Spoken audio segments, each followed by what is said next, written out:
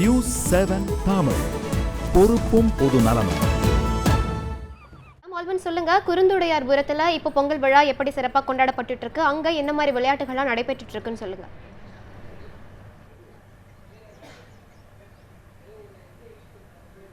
வணக்கம் அனிதா. அதாவது திருநெல்வேலி மாவட்டத்திலும் பொங்கல் பண்டிகையானது களை கட்டி இருக்கிறது. குறிப்பாக காலை முதலே காலையில் பொங்கலிட்டு வழிபாடு நடத்திய மக்கள் தற்பொழுது உறவினர்கள் எல்லாம் வெளியூர்களில் இருந்து இப்போ தற்பொழுதுதான் தங்களுடைய சொந்த ஊர்களுக்கு வந்திருப்பார்கள்.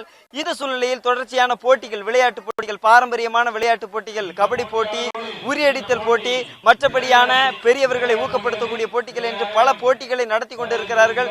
குறிப்பாக தற்பொழுது நாம் பார்த்தோம் என்று சொன்னால் தெரியும், பில்ட் தி கப் என்று சொல்லியெல்லாம் மிகவும் அருமையான போட்டிகளை எல்லாம் நடத்தி கொண்டிருக்கிறார்கள். இந்த சூழ்நிலையில் இதற்கு அடுத்தபடியான போட்டிகளை நடத்துவதற்காக மாணவர்கள் எல்லாம் தயாராக இருக்கிறார்கள். சாக்கு ஓட்ட போட்டிக்கெல்லாம் மாணவர்கள் எல்லாம் தயாராக இருக்கிறார்கள்.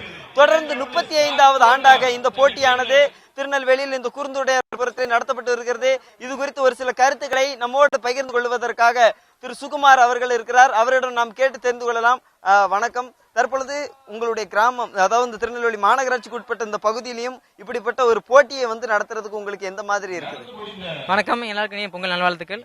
எங்களுடைய குடும்பத்தை சார்பாக 35 வருஷமா நாங்க இந்த பொங்கல் விளையாட்டு போட்டி நடத்திட்டு இருக்கோம். நான் சின்ன வயசுல இருந்து நாங்க நடத்திட்டு இருக்காங்க.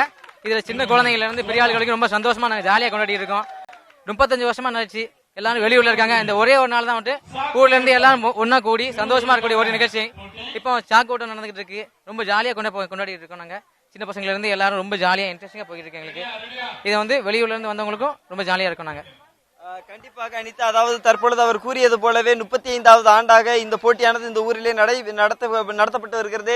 குறிப்பாக அடுத்தபடியாக சாக்கு ஓட்ட போட்டிகள் எல்லாம் தயாராக இருக்கிறது. மாணவர்கள் எல்லாம் அதில் தயாராக இருந்து கொண்டிருப்பதை நம்மால் கண்கூடாக காண முடிகிறது. அனிதா,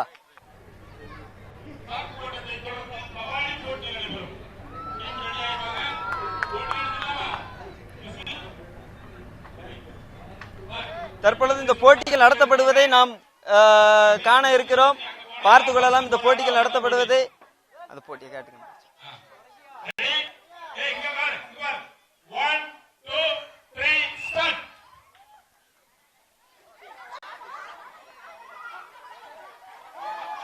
மிகவும் அருமையாக இந்த ஊரினுடைய இளைஞர்கள் எல்லாம் மிகவும் அருமையாக இந்த சாக்கு ஓட்ட போட்டியிலே கலந்து கொண்டிருக்கிறார்கள். குறிப்பாக ஒரு சிலர் எல்லாம் மிகவும் அருமையான இந்த போட்டியில் வெற்றி பெற்றிருக்கிறார்கள் என்பதையெல்லாம் நாம் கண்கூடாக பார்த்தோம் அனிதா.